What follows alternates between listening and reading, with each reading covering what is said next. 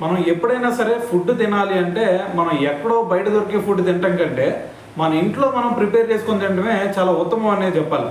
ఎందుకు భయ్య అసలు ఎందుకు ఈ టాపిక్ తీసుకొస్తున్నాం అంటే మనకి తొలి చౌక్లో నిన్న ఒక ఇన్సిడెంట్ జరిగింది. అయితే ఆ ఇన్సిడెంట్ ఏంటంటే మరి ఒకే కుటుంబానికి చెందినటువంటి 9 మంది వాళ్ళు ఏం చేశారంటే బిర్యానీ తెచ్చుకున్నారు, తిన్నారు, అంతా బాగానే ఉంది. మరి తిన్న తర్వాతే అసలు మ్యాటర్ స్టార్ట్ అయింది. ఏమైందంటే వాళ్ళు తిన్న తర్వాత వెంటనే కడుపు నొప్పి స్టార్ట్ అయింది. సో కడుపు నొప్పితో పాటు మరి వాంతులు, అదేవిధంగా విరోచనాలు ఇవన్నీ కూడా మొదలెట్టినాయి అనమాట.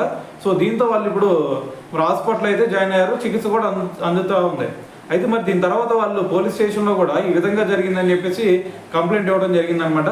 సో మరి ఏదేమైనా సరే మరి మనకి కొన్ని హోటల్లో చూసుకుంటే వాళ్ళు కనీసం క్లీన్లీనెస్ కూడా మరి మెయింటైన్ చేయనటువంటి పరిస్థితి ఏర్పడుతూ ఉండేది. సో అందుకని చెప్పేసి దీని గురించి వైద్యులు కూడా సూచిస్తూ ఉన్నారు.